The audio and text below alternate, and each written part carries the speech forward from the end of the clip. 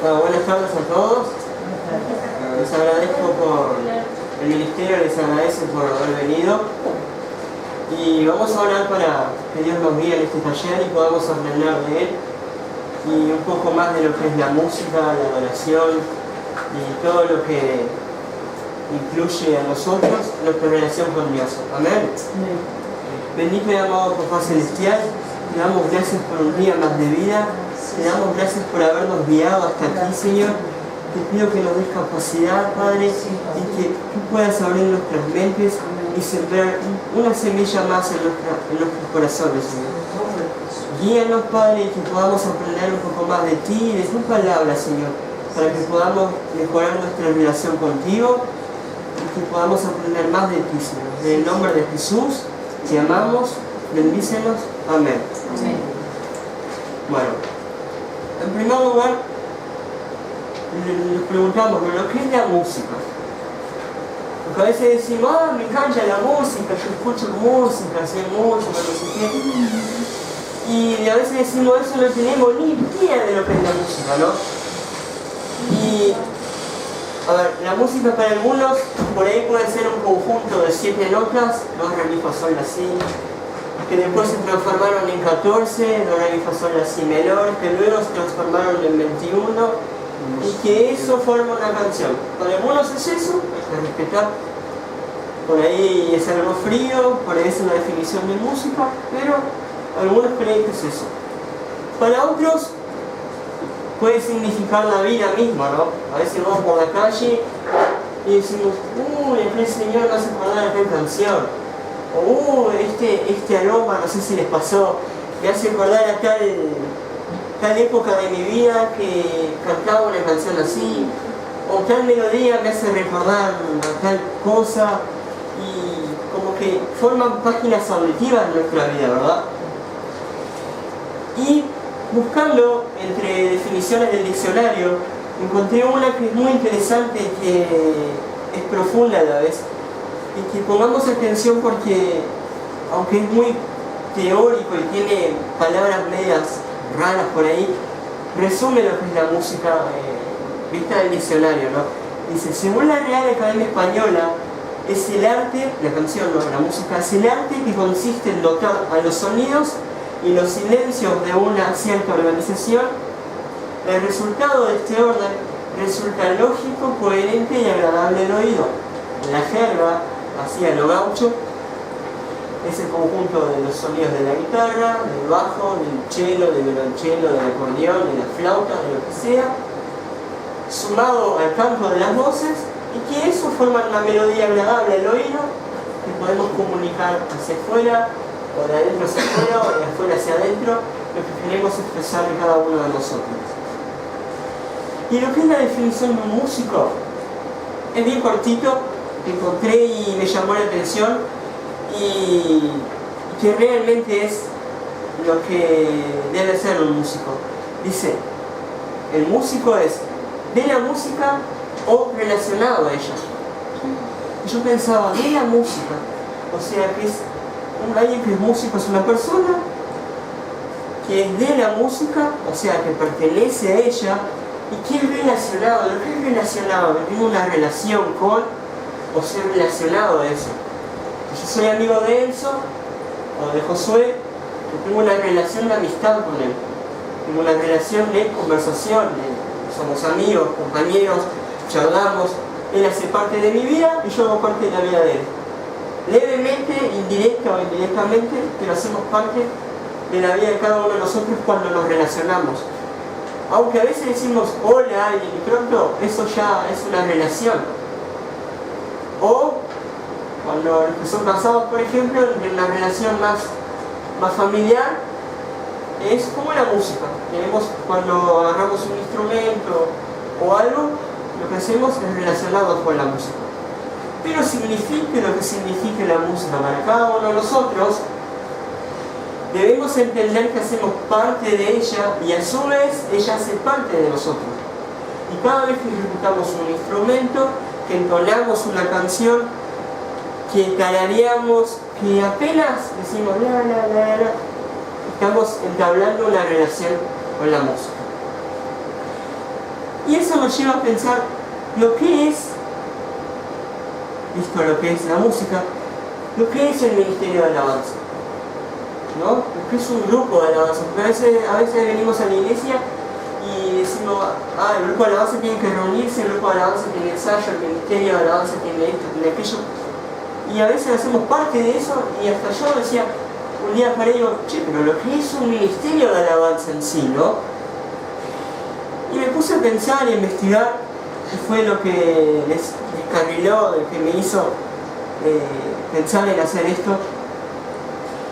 Y lo que es un ministerio de alabanza, lo que es ministerio, lo que es servir, lo que es ministro, lo que primeramente no es un ministerio de alabanza, lo que es un ministerio, cuáles son sus puntos, porque a veces decimos, vamos a conversar sobre lo que es el ministerio de alabanza. Y todos formulamos un significado, una definición, pero a veces no nos podemos ir por las ramas y no ver lo negativo, no ver por ahí lo que no podemos irnos de mambo, como decimos nosotros, y tenemos que ver lo que es y lo que no es, para no equivocarnos con nosotros y primeramente no equivocarnos con Dios, no equivocarnos con el grupo, ni con el líder, ni con el que toca, ni con el que no toca, o sea, el pueblo. Para no errar en ese sentido, debemos ver también lo que no es un grupo de alabanza, ¿verdad? Bueno, veamos lo que es un ministerio de alabanza. Cuando vean en sus hojas, es la abreviatura del ministerio de alabanza. Bueno, el ministerio viene del latín ministerium, que equivale a la misma palabra que servir. ¿No? Servir significa estar sujeto a otro por cualquier motivo, dar culto o adoración a Dios. Cuando tenemos un líder, cuando estamos bajo liderazgo de la pastora, por ejemplo, o de algún líder o de alguien que está delante o que en algún momento tiene la palabra, eso es estar sujeto a otro por cualquier motivo. ¿Ah? Ministro es una persona que realiza un servicio, asiste o ayuda a otro. O sea, el pastor o quien esté a cargo ese día de la reunión o del grupo o de la organización o de la reunión que sea, ese es un ministro en ese momento. Lo que no es un ministerio de alabanza, no es un grupo musical cualquiera, eso siempre hemos tenido en cuenta, porque tenemos dos polos, digamos, es como una pila, ¿no? Tenemos dos polos, el positivo y el negativo. O subestimamos demasiado el grupo de alabanza o lo echamos de menos o lo opacamos, ¿verdad? Y tenemos que entender que no es un grupo musical cualquiera. A su vez, los que integran no son cualquier persona, están ahí, como cada uno de los ministerios tiene un papel importante, un rol que Dios le dio, y que eso hace con que él ejerza eso para que pueda cumplir su misión, digamos, entre comillas, con Dios, ¿verdad? Segundo punto, no hace las cosas, el grupo de alabanza, el ministerio de alabanza, no hace las cosas para beneficio propio. El ministerio de alabanza no puede hacer algo que los beneficie solo a ellos, porque lo que hace el grupo de alabanza es estar al frente de batalla, pero no va sobre el frente de batalla a pelear, hay un grupo atrás, alguien que está atrás del grupo de alabanza, del ministerio, que está, digamos, respaldando el frente, la primera línea de batalla. Por eso, el que está delante no puede hacer algo que los beneficie solo a ellos, sino que tiene que beneficiar a los que están a su alrededor, para que no podamos perder la bendición de Dios, no podamos perder aquello que está siendo engendrado para la palabra, para el ministro, para lo que tiene preparada la persona que va a dirigir nuevamente, o después de lo que se cante o lo que se ministre. No busca lucirse ni llamar la atención. Podemos tocar bien, podemos cantar lindo, podemos tocar mal, cantar feo, pero debemos entender una cosa. Lo que cada ministerio hace, y no solo el ministerio de alabanza, es agradar a Dios a través de lo que hace. Y por ejemplo, voy a dar un ejemplo práctico de esto.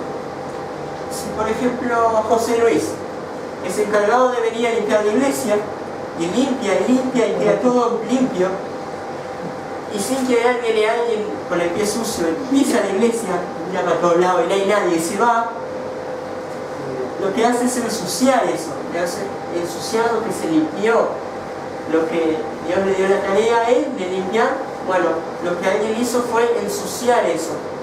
Lo que hace es lo mismo. Dios nos dio esa tarea, o le dio a cada uno la tarea para ejercer en el ministerio, tanto de alabanza como en otro ministerio, no solamente esto, entendamos eso. Lo que Dios hizo fue limpiarnos. Si nosotros nos lucimos o nos creemos más que otros, lo que hacemos es ensuciar lo que Dios creó. Ensuciar, poner una pequeña mancha en nuestra alma, y eso opaca nuestra tarea, opaca lo que Dios limpió en ese momento o creó, y eso hace con que no podamos ser bendecidos o que otros también no puedan ser bendecidos, porque a veces lo que hacemos es poner una barrera y decimos: Dios, no me acompañes, yo puedo hacer esto, así que déjame que yo sé hacerlo solo, yo sé cantar, yo sé limpiar bien, yo sé ser un buen diácono, no me ayudes Dios, yo hago esto solo. Eso es lo que hacemos. Tenemos que tener cuidado con eso, ¿verdad?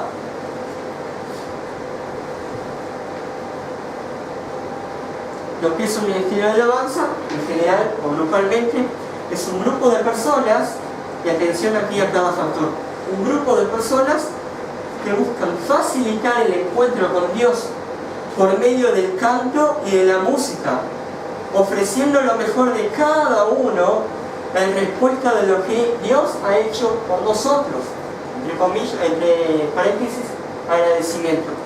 Está muy lindo la primera parte, ¿no? Porque es un grupo de personas que buscan facilitar el encuentro con Dios por medio del canto y de la música. Hasta ahí estaría perfecto, pero siempre una definición tiene una segunda parte, ¿no? Y dice: ofreciendo lo mejor de cada uno en respuesta de lo que Dios ha hecho por nosotros.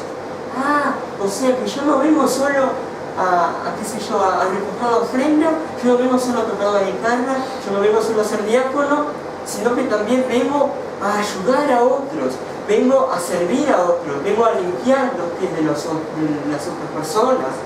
Entonces no están así, porque eso causa un agradecimiento a Dios, es una forma de adoración a Dios, ¿verdad?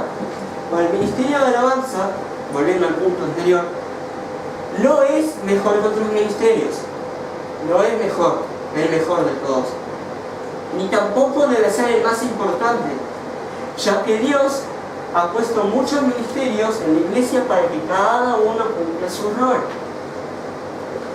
Lo que siempre la líder Magali dice, que nosotros estamos acá y que no es que nosotros toquemos, cantemos y sudemos la gota gorda si por ahí venimos con calor o pesado o con o solo en el trabajo o en casa o que algo con el hijo. No es solamente eso, tenemos que dejar las cargas de lado y entender que aquí venimos a adorar, venimos a ayudar al que está adelante, a su vez los que están adelante venimos a ayudar al que está en el banco, el que está allá atrás a ayudar al que está en el medio, la computadora, es todo un conjunto y debemos entender eso, ¿verdad? Pero muchas veces los ministerios de alabanza, eso trata ahora de los que estamos adelante, creemos que somos el ministerio más importante de una iglesia y que no necesitamos de los demás ministerios. Pero la palabra de Dios nos dice que todos necesitamos de todos y cada ministerio necesita de los demás para salir adelante. Recordemos que Dios nos puso a la iglesia, al templo, como un solo cuerpo. En 1 Corintios 12:21 dice: ni el ojo puede decir a la mano, no te necesito, ni tampoco la cabeza a los pies, no tengo necesidad de vosotros. Somos un solo cuerpo y debemos entender que, digamos, no todos somos imprescindibles, pero cada uno de nosotros tiene un rol importante y no como me dijeron una vez cuando era chico, que no viene al caso la comparación, pero es parecido. No existe un pecado y un gran pecado. Es todo lo mismo. Bueno, no existe acá un rol chiquito, un rol medio y un rol grande. Todos tenemos un rol importante que para Dios cuenta y mucho. ¿Ah? Ahora la pregunta es, ¿qué hace un ministerio de alabanza? ¿Qué hace un grupo de alabanza? Lo más obvio es que vienen y tocan y cantan, ensayamos, adoramos, alabamos, ministran, cantan. Eso es lo más visible. Cuando venimos los domingos, los sábados o mitad de semana, eso es lo que más vemos, ¿verdad? Pero también un grupo de alabanza tiene, o debería ser, tendría que hacer para que podamos perfeccionarnos. Y no solo el ministerio de alabanza, ojo, esto llevémoslo a la vida diaria en sí, llevémoslo a que cada uno de nosotros es un cuerpo, es un templo, y dentro de nosotros tenemos que hacer un culto a Dios diario. ¿Y lo que debe hacer un ministerio de alabanza? Bueno, primero, orar entre ellos, los miembros de alabanza, unos por otros, uno por la necesidad de aquel, por la necesidad de aquel, porque a veces es interesante la manera que Dios nos bendice, porque a veces decimos, voy a hacer el ayuno de 40 días como hizo Jesús para que Dios me bendiga a mí. Y pasan los 40 días y los 80 y estamos como chiflido de águila flaquito, ayunamos todo el día y Dios no hizo absolutamente nada en nosotros. Sin embargo, cuando hacemos ayuno, oramos por uno, por el otro, o por la pastora, o por alguien que está enfermo, o por alguien que está en dificultad porque no tiene trabajo, cuando oramos por eso vemos que Dios nos bendice. Decimos, pero ¿cómo? Oré 500 días por mí, no me hizo nada, y oré por el otro y Dios me bendijo. Eso es fácil. Dios dice, buscar el reino primeramente, el resto vendrá por añadidura, el resto. ¿No? Segundo punto, orar para que sea Dios quien nos guíe en el trabajo. No en el trabajo de que vamos a trabajar, en el trabajo que hacemos nosotros en la iglesia. ¿No? Porque a veces venimos y decimos, mira que aprendí un solo nuevo, voy a hacerlo, ¿está? Y Dios ni se enteró, le contamos al día y Dios ni se enteró, y dice, estoy esperando que me diga, ¿vas a hacer algo que quieras que yo te ayude? Porque a veces creemos que practicamos y nos sale tan bien, y por ahí nos sale, pero el día en que vamos a hacer eso, o a cantar, o a entonar algo, nos sale horrible. ¿Por qué? Porque no le planteamos a Dios el deseo ni lo que queremos hacer. Entonces es importante orar para que Dios nos guíe en el trabajo. Repito, en la vida diaria, en el liceo, en el estudio, todo lo mismo. Hay dos palabras. Hay algo que se llama Biblia y que no la usamos mucho, ¿verdad? Cuando estamos en el cuarto, está la mesa de luz y hay un control remoto ahí al lado de la Biblia. Saquen el control remoto para allá, pujen la Biblia o pujen un libro cristiano, o cuando vamos al trabajo o a estudiar o tenemos que caminar a hacer un ejercicio, pongamos alguna música de adoración que nos lleve a Dios. Ojo, esto no es legalismo, no es que queremos pensar todo esto para que Dios nos bendiga, no. Es simplemente aproximarnos un poco más de Dios. Es decirle a Dios, no quiero ser legalista, pero quiero estar más cerca de ti en este pequeño interín que tengo de caminar, que tengo de libre de trabajo, de liceo. Quiero estar un poquito más cerca de ti para que Dios me bendiga, para ser un adorador de ti. Debemos tener en cuenta que la Biblia dice que no debemos, en metáfora, no debemos orar, debemos ser oración, ¿verdad? Pero sinceramente yo no creo que ninguno acá viva cantando todo el día, ni orando todo el día, porque yo no creo que uno vaya caminando en el cuarto descalzo, se golpee el dedito chico y diga, ¡ay, gloria a Dios! Cuando a veces decimos eso, ¿verdad? Evitar todo lo malo y hacer lo bueno. Pero yo no creo que vayamos, por ejemplo, a la pasiva y nos sentemos y pidamos, tenemos las milanesas con papa. Ábrase el mar. Mentira, no hacemos eso todo el tiempo, ¿verdad? Pero en los momentos libres, en cada ratito, debemos ser expertos y tener un pequeño tiempo con Dios.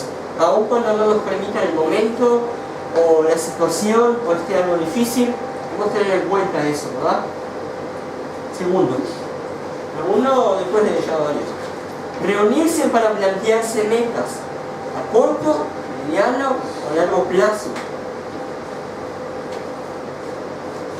Venimos el domingo, venimos, ensayamos, tocamos el domingo, terminó. Y a veces le preguntamos a fulano, che, fulano, ¿qué vas a hacer mañana? ¿Sabes que no sé? Vamos a comer una pizza o algo. Y no generamos un plan de trabajo, un plan de estrategia, un plan para que Dios nos bendiga, un plan para que podamos, qué sé yo, salir afuera, ministrar a alguien y quedamos con la pizza, tocar el domingo y terminó. Debemos tener en mente que debemos buscar el reino de Dios y su justicia y el resto vendrá por añadidura, ¿verdad? A veces debemos dejar los criterios de lado y enfocarnos en lo que Dios nos llamó, trabajando un poco más, perfeccionarnos un poco más en eso, ¿verdad? Próximo punto, hablar de lo que se ha hecho bien y mejorar lo que nos salió tan bien. Venir, reunirse, hablar de lo que se ha hecho bien y también, como dije hoy, todo diagnóstico tiene una segunda parte, toda definición tiene una segunda parte. Hablar y mejorar de lo que nos salió tan bien. Porque es muy lindo decir, qué lindo nos salió aquello, ¿no? Estuvo bueno que solo. Sin embargo, cayó un micrófono, se rompió una caja, no nos salió tal vez tal cosa, o por ahí no tuvimos suficiente tiempo de adoración a Dios como para que Dios pudiera bendecirnos aún más.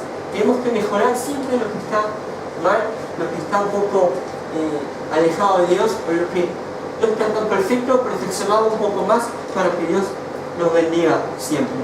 Próximo punto, hacer un plan de trabajo, mensual, bimensual, trimestral, como sea, lo mismo de hoy, planificarse hacia el futuro. Próximo, crear listas de alabanza, la famosa carpeta. Próximo, capacitarse constantemente en áreas ministeriales y musicales. ¿Cómo es eso, capacitarme constantemente? Porque a veces venimos y decimos, yo sé tocar guitarra, y vi una canción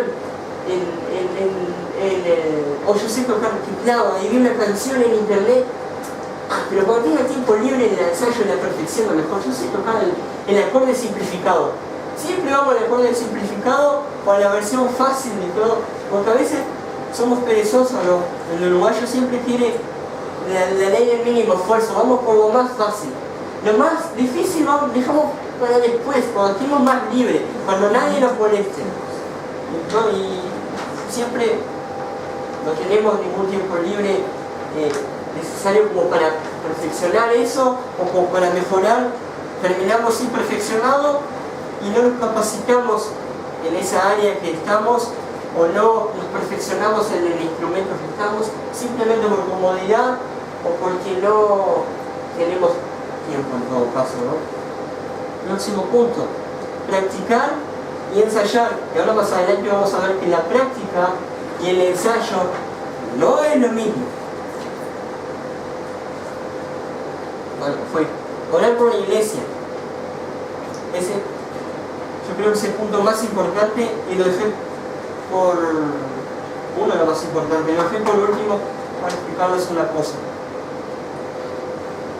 Cuando venimos a veces, o se reúne el grupo de varones, o las mujeres, o los diáconos, o los líderes, o el grupo de alabanza viene, cada uno ora por sí mismo y uno por el otro, y los hombres oran uno por el otro, y las mujeres la una por la otra, y terminamos no orando por el resto que viene. Y repito, somos un cuerpo. El pie necesita de mi cabeza y mis manos necesitan de mi estómago y todo así. Somos un solo cuerpo. Si una arteria nos llega al corazón, morimos. Tenemos que tener en cuenta eso siempre, ¿verdad? repitiendo lo de práctica y ensayo, no es lo mismo. La práctica, no digo el practicar, la práctica es la habilidad o la experiencia que se adquiere con la realización continua de una actividad con conocimientos previamente adquiridos con el objetivo de perfeccionar lo aprendido. Eso es la práctica. ¿Ah? Practicar es repetir una cosa aprendida de forma continua para adiestrarse en la ejecución con el objetivo de perfeccionarlo. ¿Ah? La práctica simplemente es la habilidad que tenemos con el instrumento. Practicar es repetir esa habilidad con el instrumento, con la voz o de alguna orativa que se tenga que hablar, practicarlo. Eso es practicar la habilidad. El ensayo es la ejecución de principio a fin sin interrupciones, y tal como será el día de la interpretación. Se me vino a la mente ahora el viejo adagio de la práctica hace el maestro, ¿no? Y acá decía, la ejecución de principio a fin sin interrupciones. A veces decimos, vamos a practicar, no sé qué, ensayamos de principio a fin, de principio a fin. Y siempre hay un errorcito, una nota que no cabe, o una voz que no quepa adentro, o algo que no encaja, y si no practicamos, no nos volvemos maestros. Porque a veces sabemos un poco de todo, terminamos siendo maestros de la nada, porque sé un poco de esto, un poco de aquello, un poco de aquí, un poco de allá, pero no nos perfeccionamos y nunca decimos, yo sé hacer esto perfectamente y puedo ayudar. Entonces es importante perfeccionar y hacernos maestros a través de la práctica. Tengo un amigo que toca perfectamente bien un instrumento, no voy a decir el nombre obviamente, toca perfectamente el instrumento, pero parece que no tiene a Dios, parece que está afastado, aunque va a la iglesia, toca excelentemente y es un monstruo en el instrumento que toca, pero lo ves como alejado, y es como que falta algo, le falta un feeling ahí para que podamos decir, toca bien, tiene la unción de Dios. Sin embargo, tengo otro amigo que toca más o menos, raja su instrumento o raja su voz también, y sin embargo tiene unción de Dios. Vos lo ves que vos decís, che, esta persona canta feo, pero con su desafinación, con su no entonación perfecta, me transmite paz, me transmite algo que yo no puedo explicar, ¿verdad? Y quiero preguntarles eso y no me respondan dentro de cada uno de sí mismo. ¿Qué preferirían ustedes? ¿Ser alguien que toca bien, que cante bien, que hace bien lo que hace, limpia, hace esto, aquello, pero que no tiene tanto a Dios en su corazón? ¿O que lo hace tan bien, lo que lo hace aún, pero que tiene a Dios en su corazón? Está en nosotros decidir en el blanco. Perfeccionarnos en hacer bien lo que no hacemos tan bien aún, pero tener a Dios en nuestro corazón. Recordemos lo que dice la palabra de Dios: darle a César lo que es de César y a Dios lo que es de Dios. Pongamos práctica en el instrumento, en la voz, en lo que sea, pero también démosle el tiempo a Dios, porque si no le entregamos a Dios eso, nos va, y les aseguro que les va a ir muy mal. Bueno, ¿cuál es la importancia del ministerio de alabanza? ¿No? Podemos, estaba pensando en eso porque una cosa es la definición, lo que hace, pero ¿cuál es la importancia? ¿Cuál es el papel que cumplimos los que venimos a ensayar, los que venimos a tocar, los que venimos a cantar, los que venimos a limpiar la iglesia, los que venimos a enseñar a otros, los que venimos a ser enseñados? ¿Cuál es el papel, la importancia en sí del ministerio de alabanza? ¿No? Y pensando, porque no encontré una definición exacta, y digo, voy a tratar de formular una definición que sea valuable, que se encaje al ministerio de alabanza. Y lo definí de esta forma.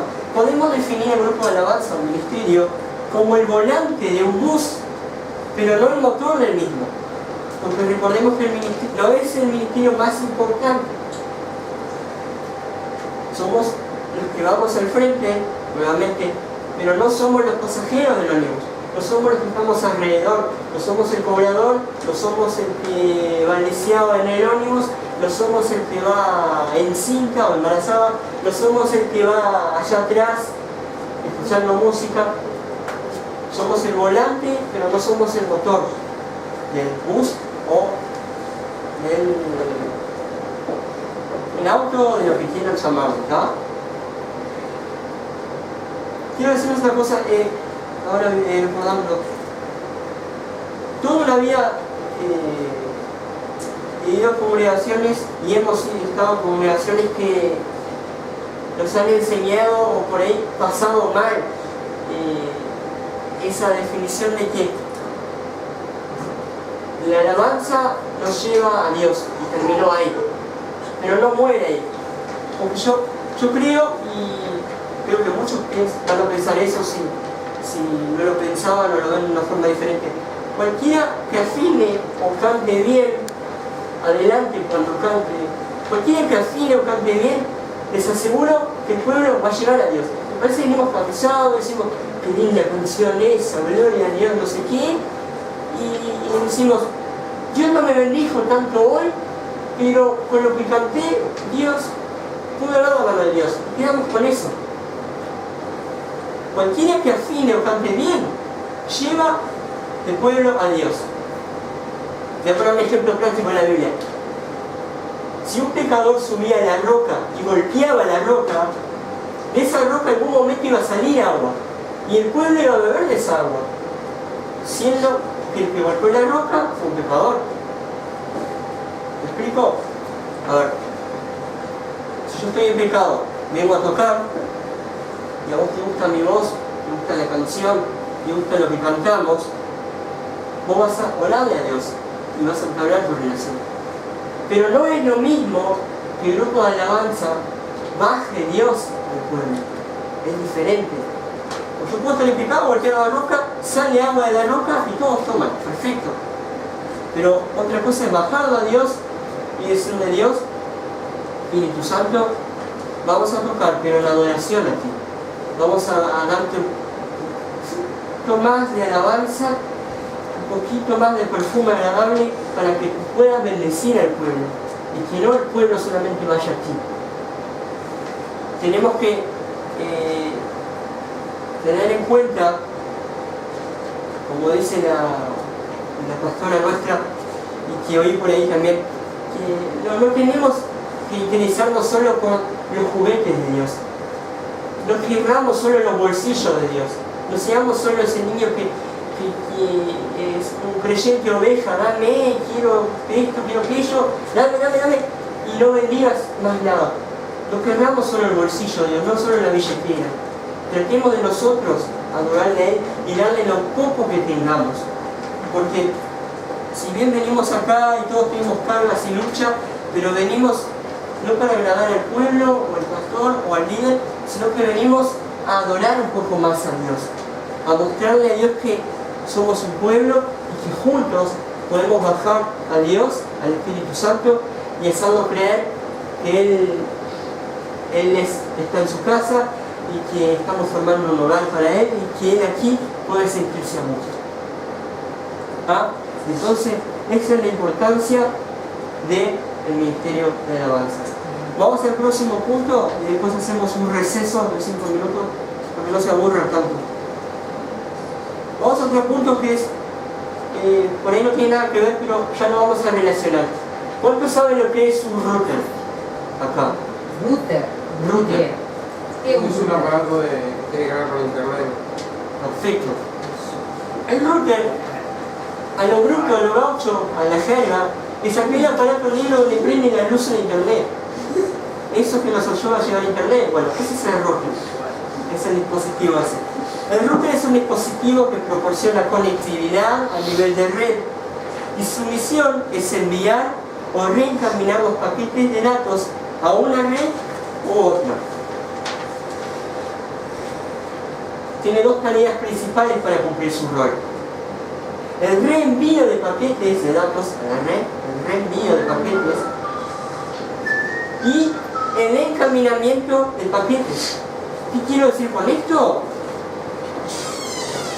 El Ministerio de Alabanza funciona como un router. Proporcionamos conectividad a nivel de red hacia Dios. Somos el aparatito ese que ayuda a que podamos conectarnos con Dios, a que podamos tener una relación con Él. ¿Tá? ¿Cuáles son las tareas principales del router del Ministerio de Alabanza? El reenvío de paquetes. O sea, poner nuevamente la leña al fuego en el altar. Reenviar esa adoración a Dios. Y la siguiente tarea es el encaminamiento de paquetes.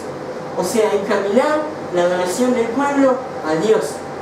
Encaminar lo que Dios tiene para el pueblo al pueblo. Esas son las dos tareas principales que tiene el router, el Ministerio de Alabanza. Es importante proporcionar conectividad al pueblo. Es importante que no tengamos errores intermitentes en la conexión con Dios.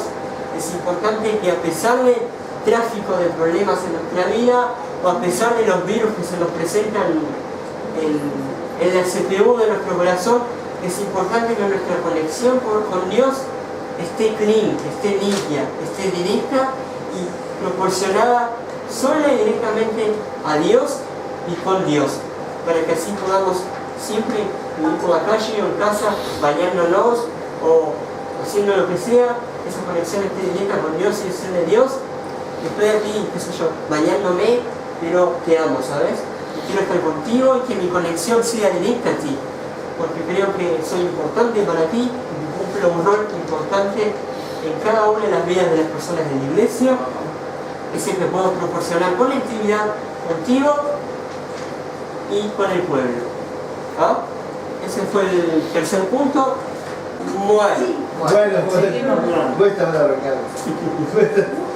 Vamos a tratar el último punto del 3, que es la autenticidad.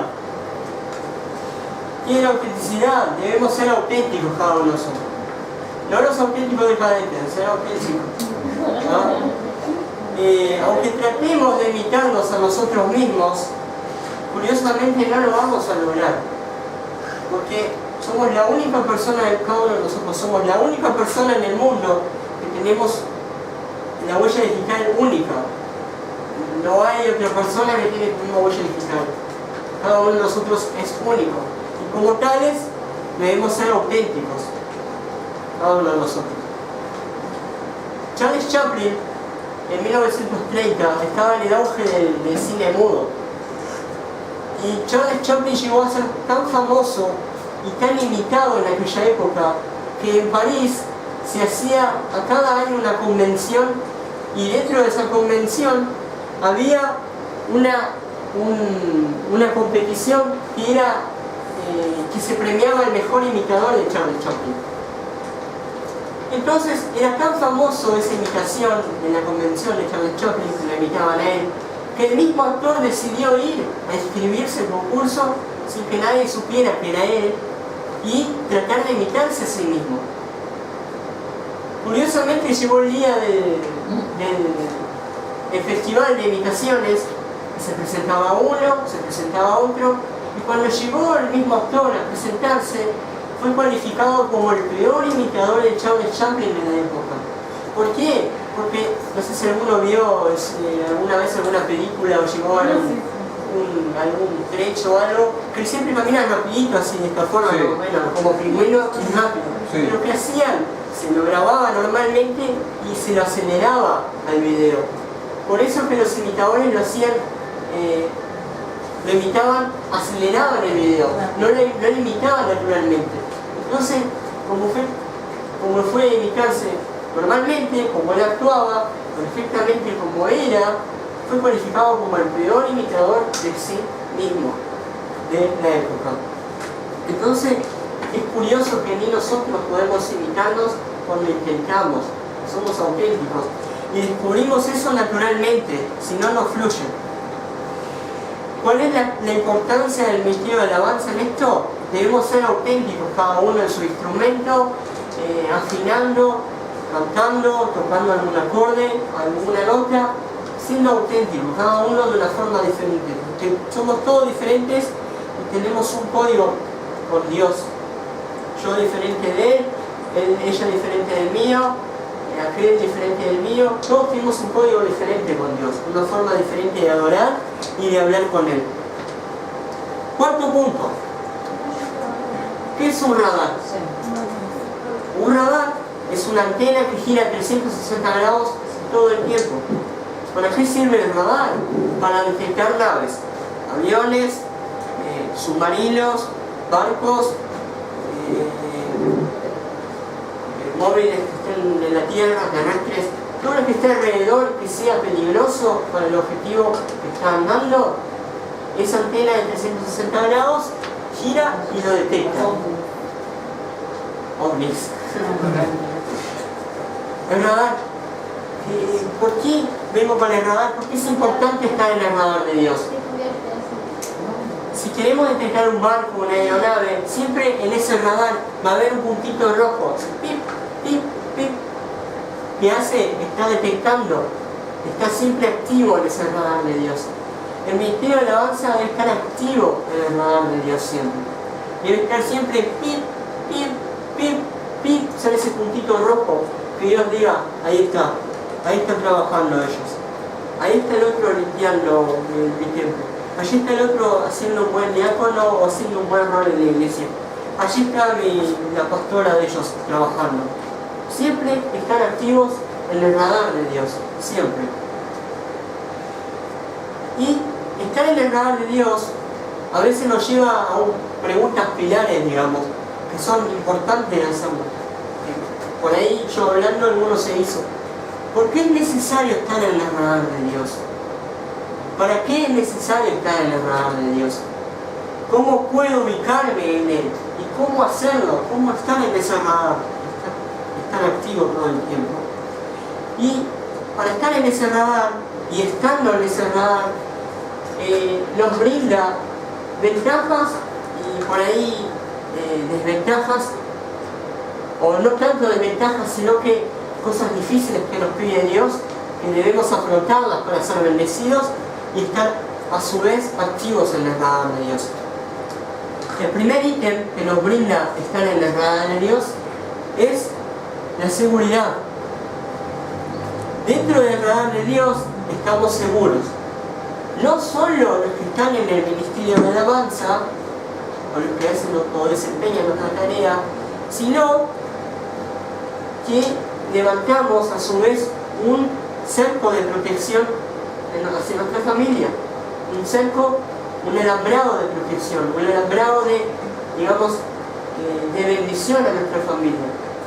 Porque a veces venimos y decimos, qué bueno tener el grupo de alabanza, Dios me protege, Dios me ayuda, Dios está conmigo, aunque soy el blanco de Satanás, Dios me ayuda y Dios está conmigo y Él, aunque vengan 1000 a mi diestra y 10.000 a mi otra, Dios está conmigo y Él me protege.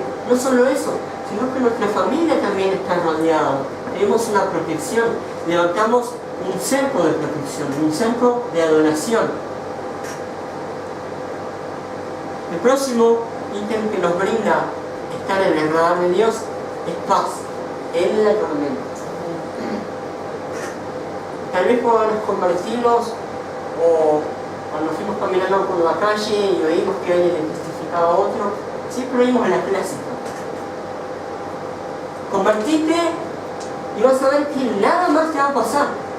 Es como el llame ya de nunca vieron estar comiendo al mediodía y hay un canal que siempre sobra el cable, ¿no? Y dice, llame ya, usted que quiere engordar, adelgazar, usted que quiere, no quiere hacer más esfuerzo, usted no quiere hacer más ejercicio, compre esta crema reductora y nada más le sucederá. Y te muestran un tipo gordito y alguien que hizo gimnasia 10 años atrás, ¿no? De corrido. Siempre llame ya, vení, que nada te va a pasar, nada te va a suceder porque Dios está contigo. Mentira. Si Dios está contigo, vas a tener dificultades, vas a sufrir muchas cosas, muchas tal vez te van a llevar al desánimo, al desencuentro con Dios, a estar desanimado, a estar triste, bajoneado, pero siempre recordando y teniendo en nuestro corazón y en cuenta que tenemos a un Dios poderoso y que Él está con nosotros en la tormenta. Paz en la tormenta. Oí una frase por ahí en los películas que se llama Bailando sobre la lluvia, que decía, la vida no se trata de escapar de la lluvia, se trata de saber bailar en la tormenta, saber equilibrar las gotas, saber escapar, aunque te mojes, tratar de escapar de eso y arreglártela por ti mismo, para que puedas zafar de esa lluvia, de la tormenta, y puedas decir, wow, Dios me protegió, y Dios obró en mi vida. El próximo ítem, no es lo mismo llevar que traer. Es lo que dije hoy. Tiene que afín y cante bien, va a llevar el pueblo a Dios, pero no es fácil, no es una tarea fácil hacer que el ministerio de alabanza haga con que el Espíritu Santo se sienta bien y descienda al pueblo. Es difícil, no es para débiles, es para pocos, pero cabe a nosotros ser valientes y tratar de creer a Dios y hacernos seducir por el Espíritu Santo y enamorarlo a Él, y a su vez enamorarnos nosotros de Él, para que Él pueda sentirse a gusto y pueda estar en el mismo ambiente que nosotros, en el mismo templo, en la misma reunión, en la misma iglesia, siempre. No solo en la iglesia, sino en nuestro hogar, en nuestro trabajo, vayamos a donde vayamos, siempre Él va a estar con nosotros, ¿sí? Tenemos en claro la dirección. El próximo ítem justamente es tener en claro la dirección. Esa frase me llamó mucho la atención, la primera que ven ahí. No podemos darnos el lujo de jugar a ser cristianos cuando el diablo no juega a ser diablo. No podemos hacer eso. Hay un error ahí, no podemos parar luego que avanzamos, ni retroceder en cierto punto cuando ya recorrí una milla, ya recorrí 2, recorrí 3. No puedo parar de golpe algo que Dios ya empezó y me está levantando, porque eso puede ocasionar una catástrofe en el mundo espiritual. Recuerden que no es solo nuestro mundo, sino que el mundo espiritual, el mundo de la luz, el mundo de las tinieblas que se enfrentan.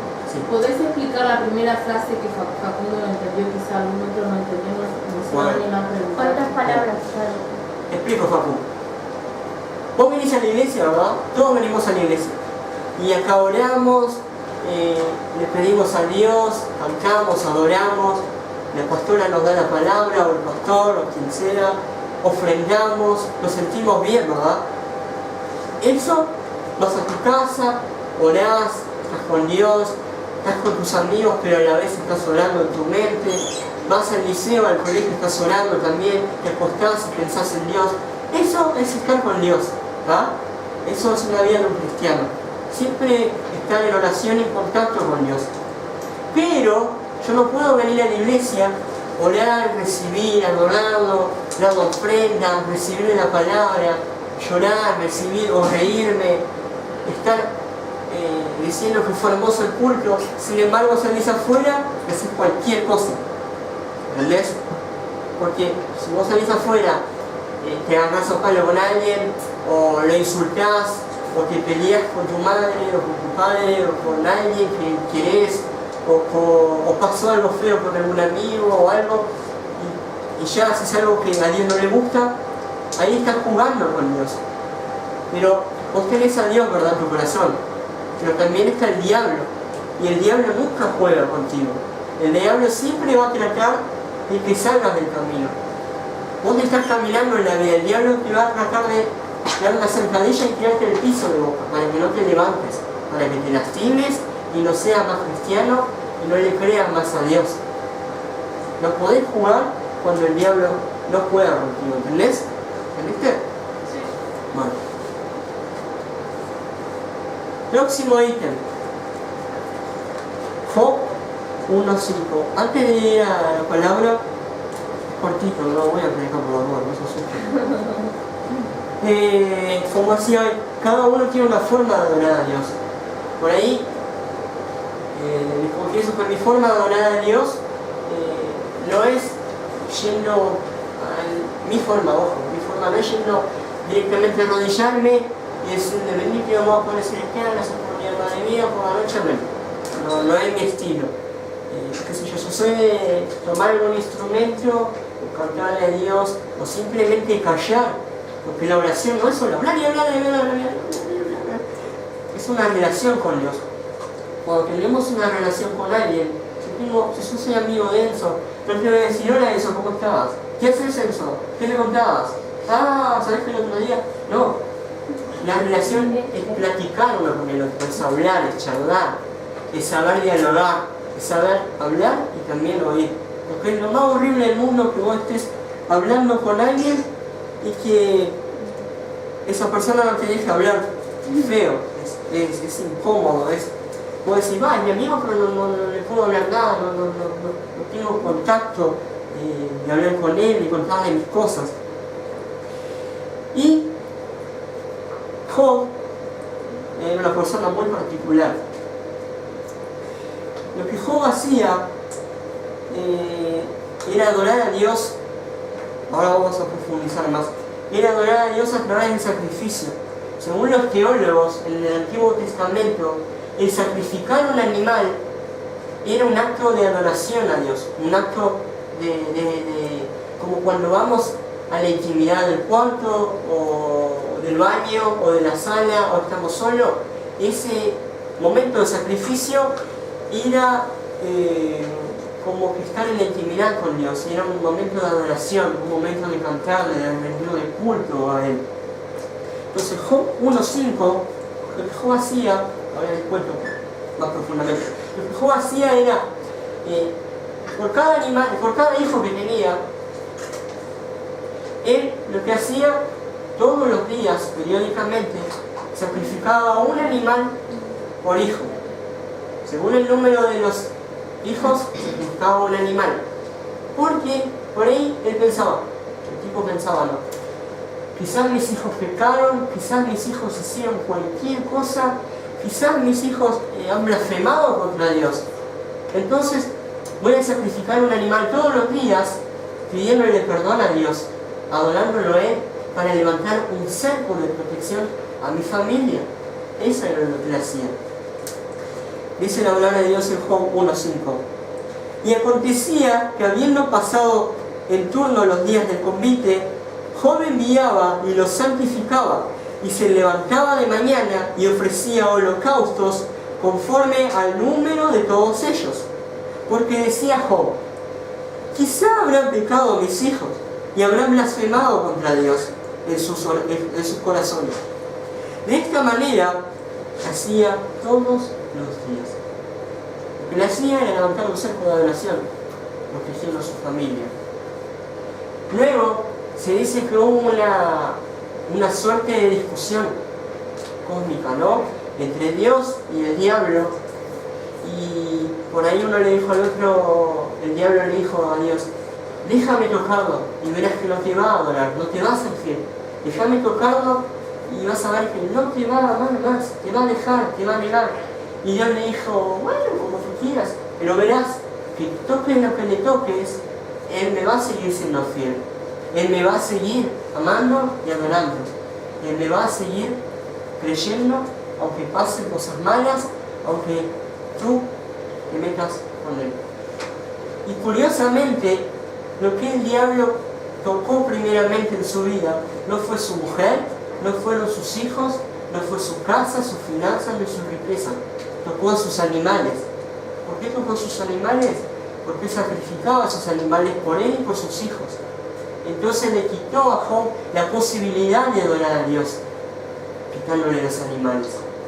Entonces fue como que le tocaran el punto débil a Job, y lo que es la adoración. Es como, legámoslo el día de hoy, ¿no?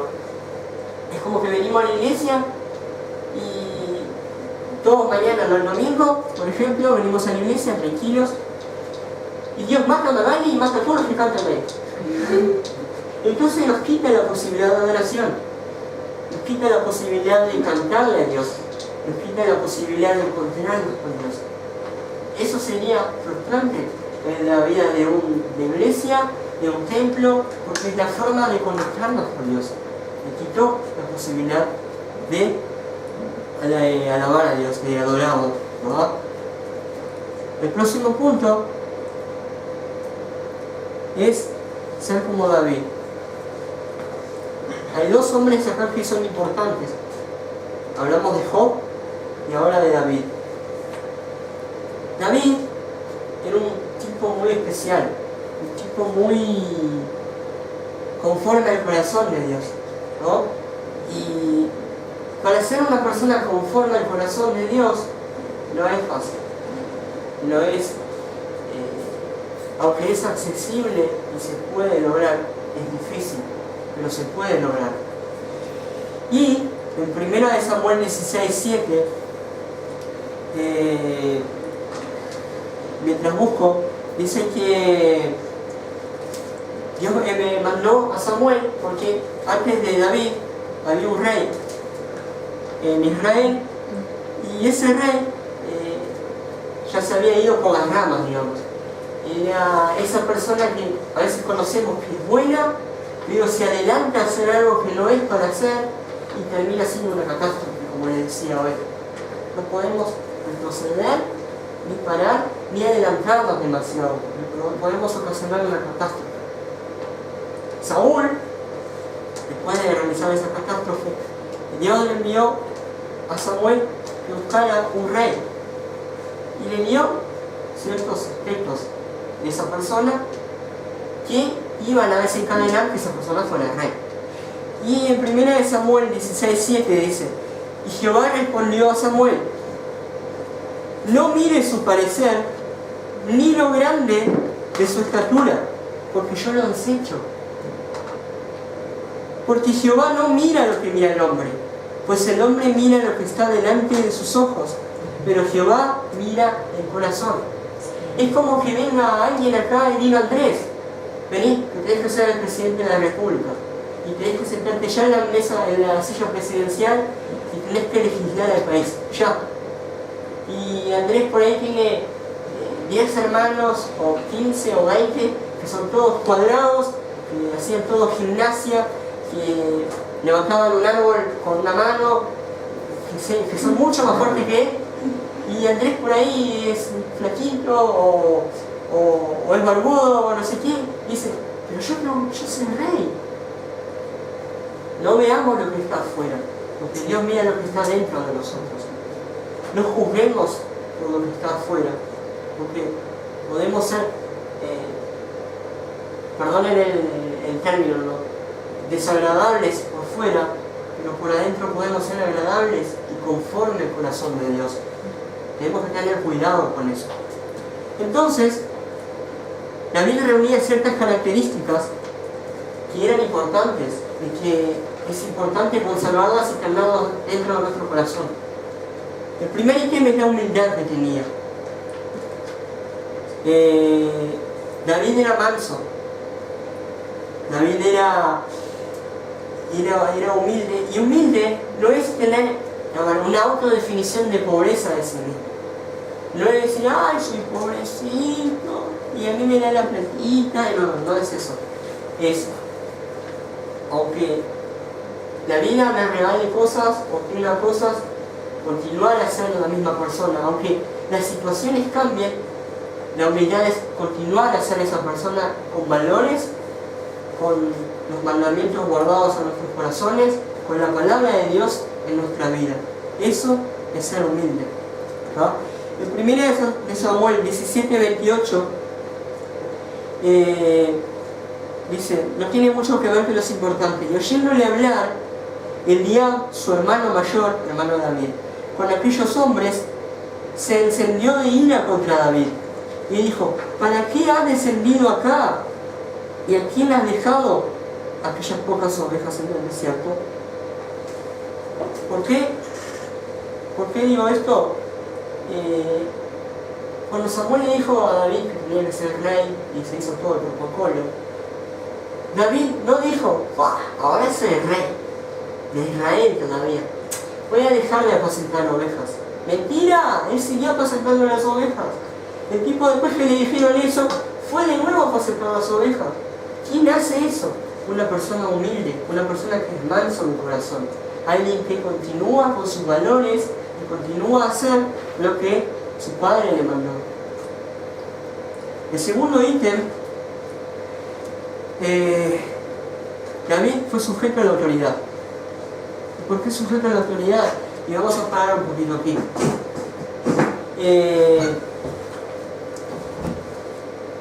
Aunque David, digamos, antes de ir a Samuel, 1 Samuel 24, si leemos unos capítulos antes, se empezó a desenterrar una ira de Saúl contra David y una perseguición hacia él.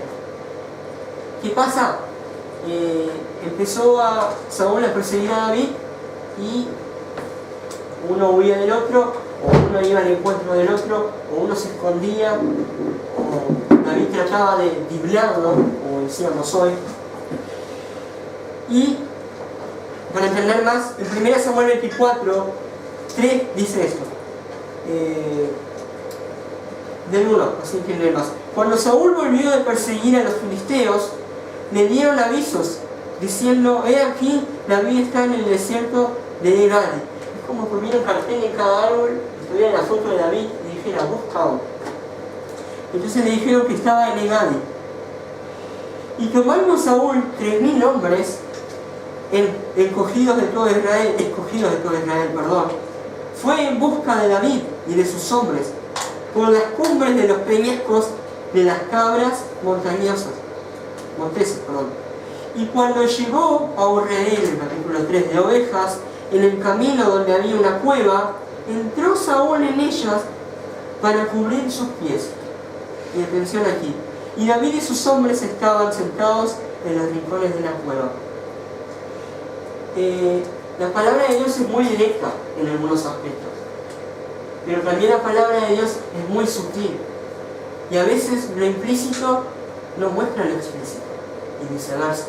Tenemos que entender lo que está implícito aquí y lo que está explícito también.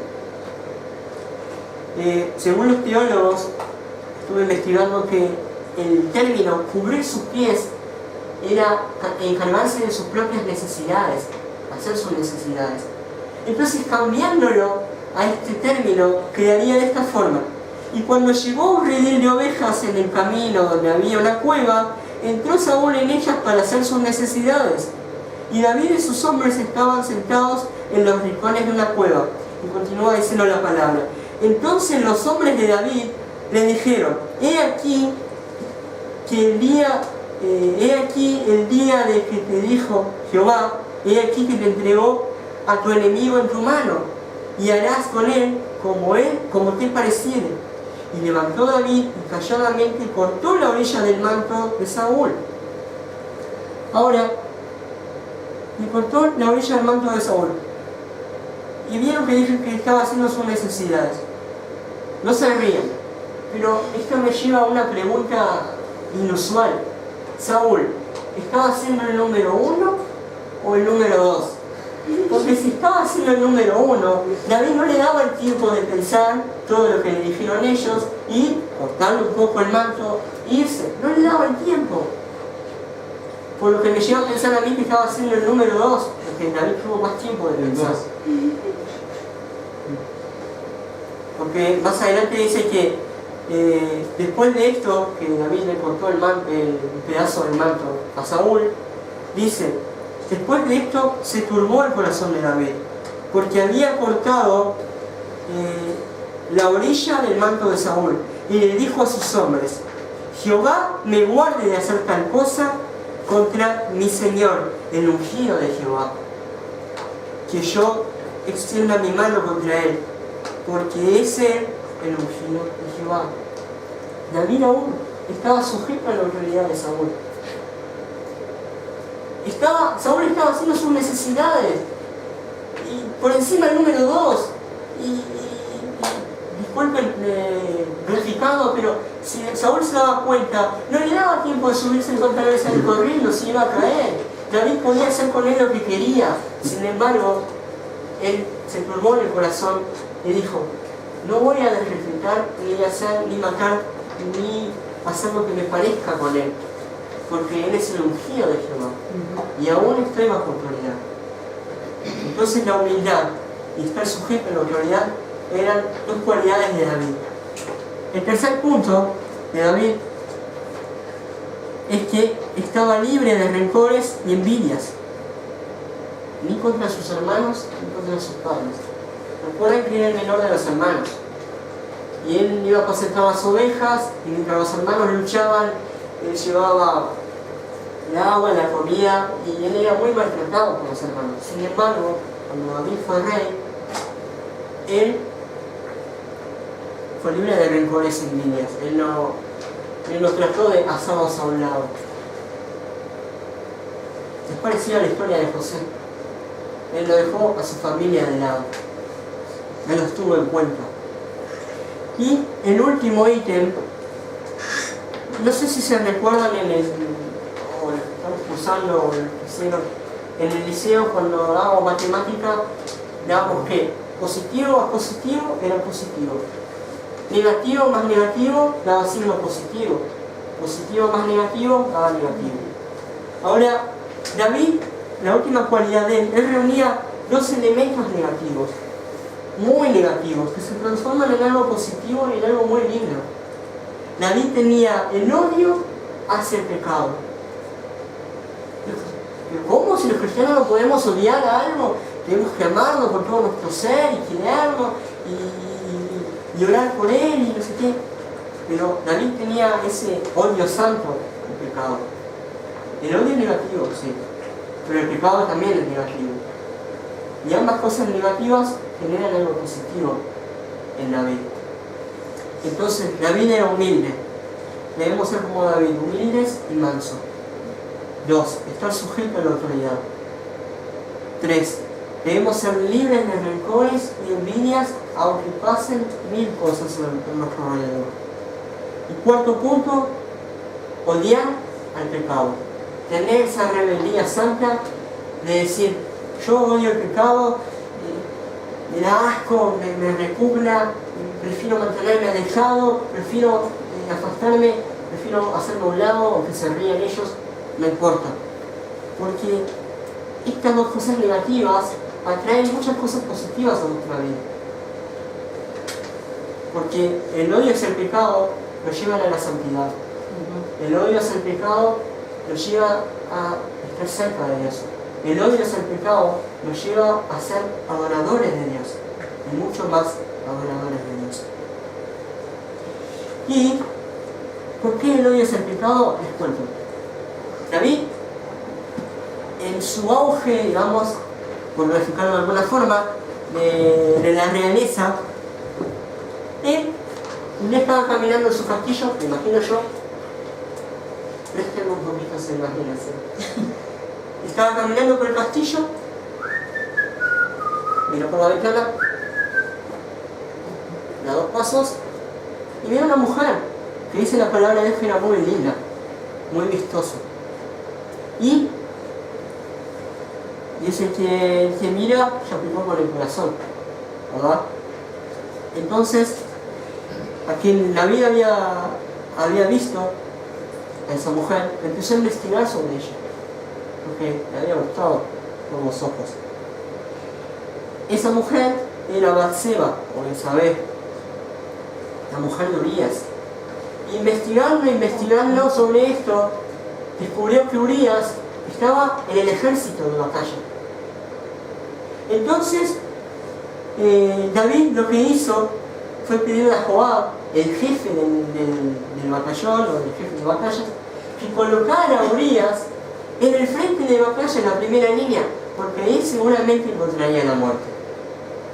Al hacer esto, luego que murió Urías, ella vio su duelo, y para que no se percatara que ella estaba encinta, embarazada de David, lo que hizo él fue casarse con ella.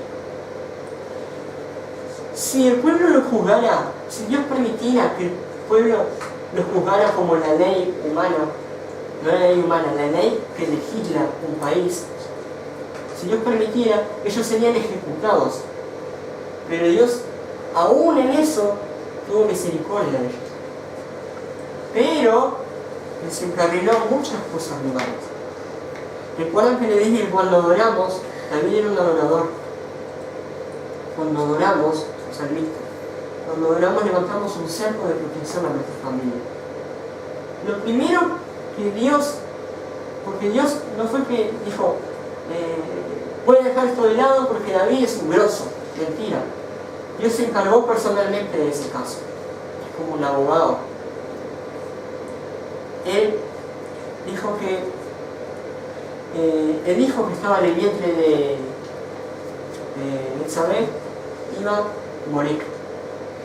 Y aunque David luego ayunó y oró y por ahí agarraba la guitarra y cantaba y oraba a Dios y ayunaba y iba a la iglesia 7 veces por día y lo que fuere, Dios cumplió su palabra.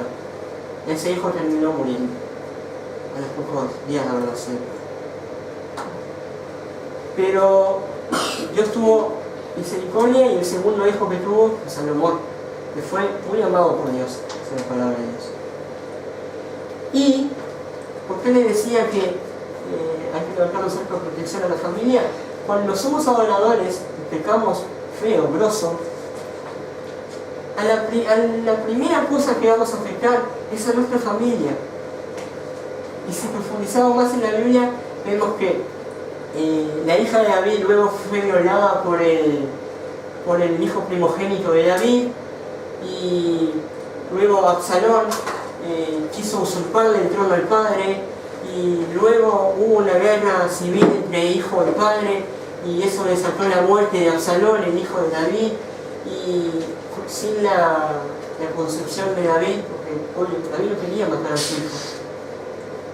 Pero como él pecó, él levantó, digamos, ese pecado, descarriló, llevó al pecado de la familia. Por eso tenemos que tener cuidado. Estar en el radar de Dios no significa que podemos ir por la vida creyendo que somos una nube y que nada nos va a suceder. Sí nos va a suceder. Pero debemos ser fuertes, debemos estar firmes y parados sobre la roca que es Cristo, dice la palabra, ¿verdad? Y para terminar, dice, debemos estar siempre en el radar de Dios. Debemos hacernos detectar por Dios y entender que la autenticidad emana solamente de nosotros. Porque por más que yo vengo y me siente y tengo una autenticidad imponente, Dios, aunque es poderoso, Él no nos va a arrancar la autenticidad que se va a mostrar. Emana de nosotros mismos la autenticidad. Solamente de nosotros mismos. Y si nos activizamos y nos activamos entre comillas porque no existe esa palabra, y nos activamos siempre y estamos conectados las 24 horas del día con el cielo, Dios nos guardará a nosotros, a nuestra familia, y habremos logrado nuestro lugar en el cielo. Debemos tener en cuenta que el ministerio de alabanza es su ruta que conduce el pueblo a Dios y Dios al pueblo. Y que debemos siempre estar activos en el radar de Dios. Este fue el Conectate 2014. Amén. Amén.